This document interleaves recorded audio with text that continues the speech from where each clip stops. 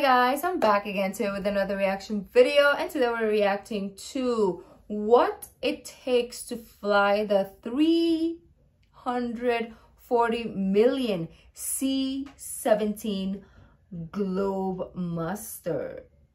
I have no idea what I just read. So anyways, we're gonna figure it out, you know. That's why we have reactions, because we learn from videos, we learn from comments, we learn from people. So here we are gonna learn what it takes to fly the C-17. Well, before we start, don't forget to subscribe if you haven't already. Click that bell button so you get notified whenever I do upload a video. Anyways guys, let's check this out.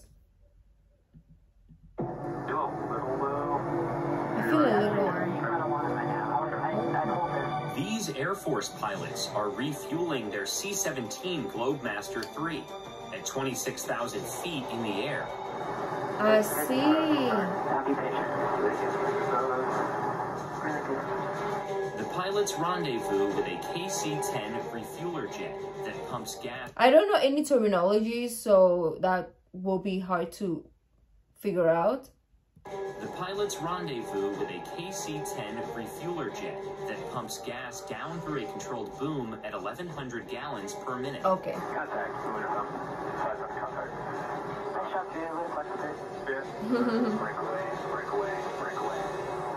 Wow. It's one of 3 missions we saw while embedded with a crew training to fly the C-17. At 174 feet long and 55 feet tall, the C-17 has a maximum payload of around 170,000 pounds and can land on runways shorter than 3,500 feet, with just 3 crew members manning the aircraft. We can do everything from supporting contingencies, so the war downrange, and we can support COVID missions has been a big thing recently. We can also do humanitarian missions, so helping evac sick patients, wounded soldiers. Due to its high payload capacity, C-17s were used in August 2021 to evacuate people from Afghanistan. Oh damn, this is recent. I just realized it was August 25th. Oh, this is a week ago. Damn, that's a lot of people. Wow. Plane carrying 823 passengers. The basic crew of a C-17, there's 3 of us. There's a pilot, a co-pilot, and 1 loadmaster. Oh. So my role here as a C-17 loadmaster is to load these aircraft, whether it be helicopters, tanks, Humvees, ambulatory patients. Ultimately, our mission is to support someone else. The average salary of a C-17 pilot stationed at Travis Air Force Base is around $117,000. And the typical tour is about 3 years.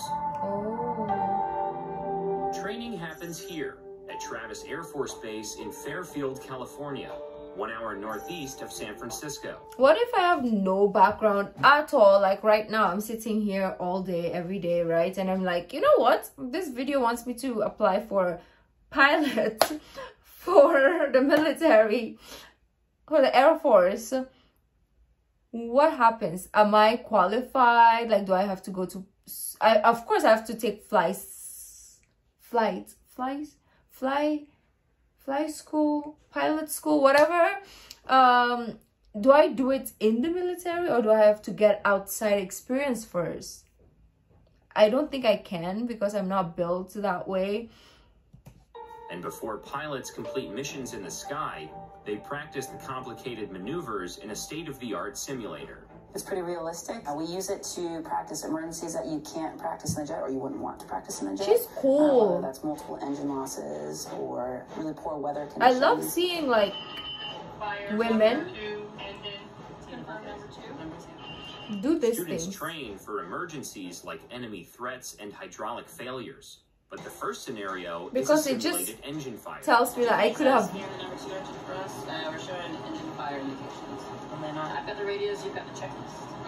A lot of crew coordination happens at a time, so that's a good, safe space for young co-pilots to first get the feel for what the stick and power inputs feel like before you go do it in the jet. Emergency engine shutdown checklist is completed. 202 unclear to land, runway 21 left.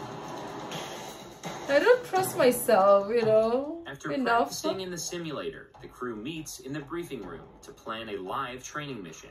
So training flight tomorrow. I remember when I was having my internship, it was in a crew. No, it's not a cruise ship. It was a, yeah, it was a cruise. It wasn't entirely a cruise ship.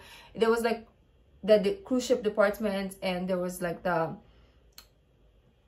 cargo department.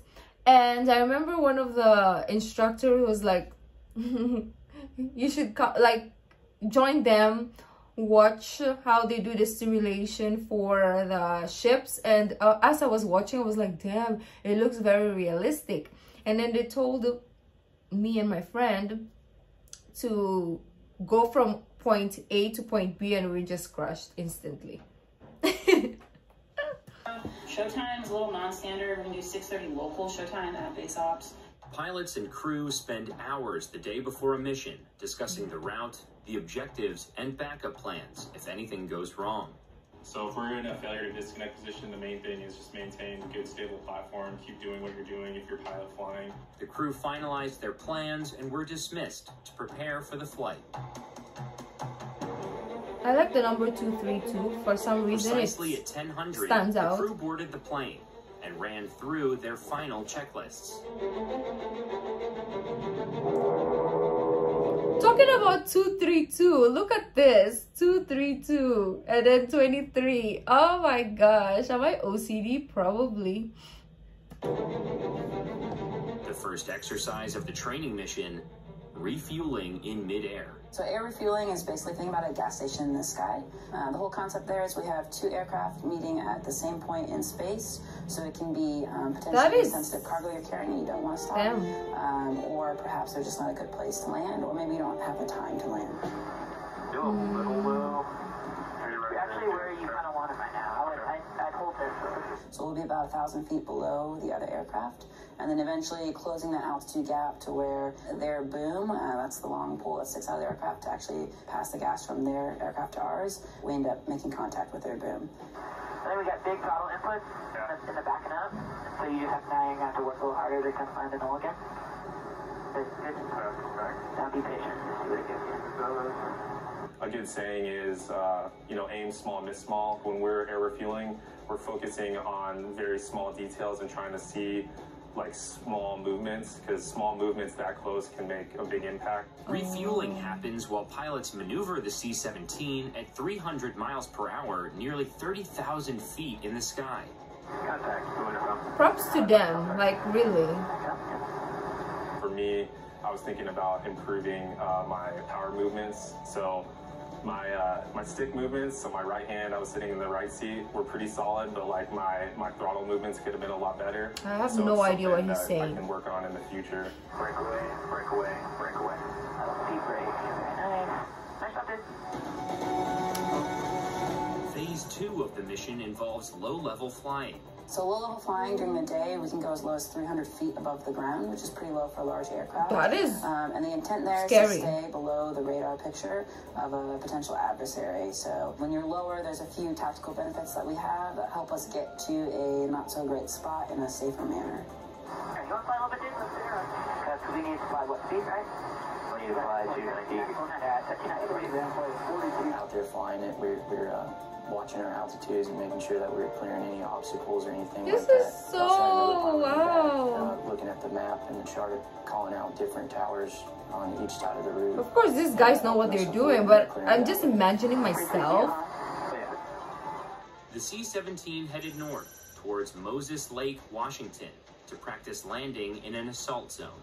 So an assault zone is a short runway. Typically, they're about 3,500 feet. And then it has a marked zone that's 500 feet long. And our goal is to put our aircraft in the 500-foot box and then use max effort to stop on the remaining runway. Crews have to master landing on a traditional airstrip, as well as temporary runways. So the tactical part of the C-17 is it goes to fields that maybe have shorter runways or dirt runways, and oftentimes those are in combat locations or austere fields. Pull back up on the stick and put a little bit of power in. That'll be hard if it's not like a runway. Minimum 300 feet from the zone, correction. 60 feet.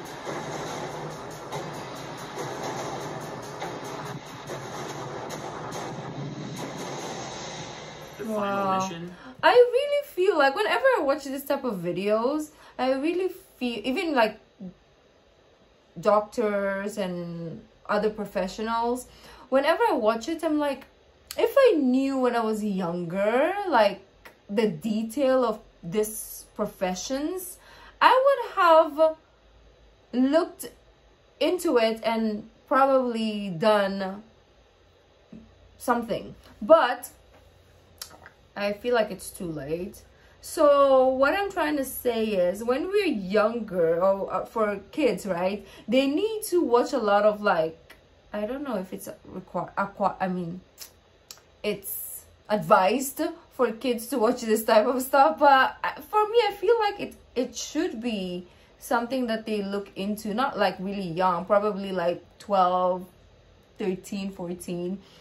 Because when they find their interest at a young age, they can be dedicated when they're adults, and they can be like really good at their craft when they're, you know, older. What am I even talking about? A combat offload back at the Travis Air Force Base. Basically, what we'll be doing is simulating an expedited offload. Typically, if we're in a situation in which we don't have the equipment to do a download, if we have to get in and out really quick, maybe a hostile location.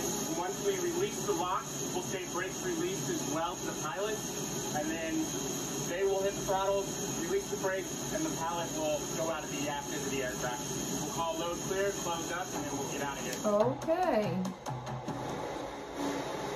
Overall, it was a great sortie for everyone. It was very busy and very long, so it's always tough to go fly for 6 hours and constantly be engaged. But I think everyone performed really well. I think a lot of people relate cargo jets to like an airliner, but what we do, I think, is very different. Specifically, we go anywhere and everywhere in the world. Sometimes that means you have lots of information on that airfield. Sometimes it means you have none.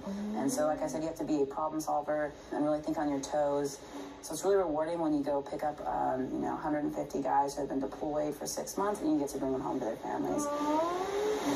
That was really informative. In the beginning, we didn't know what we're getting into. We didn't know what the C-17 Globemaster 3 was. But hey, we learn each and every day, and that's very interesting. Props to them. Smart people, they know what they're doing, and that is a lot of work. Like, it's a lot of learning. So good on them. But let me know what you guys thought and what other videos you'd like me to react to. If you like this video, don't forget to give this video a thumbs up, subscribe if you haven't already, leave in the comment section down below what other videos you'd like to react to. The original link of this video will be in the description box down below, so as my social media links. So guys, I'll see you in the next video. Bye.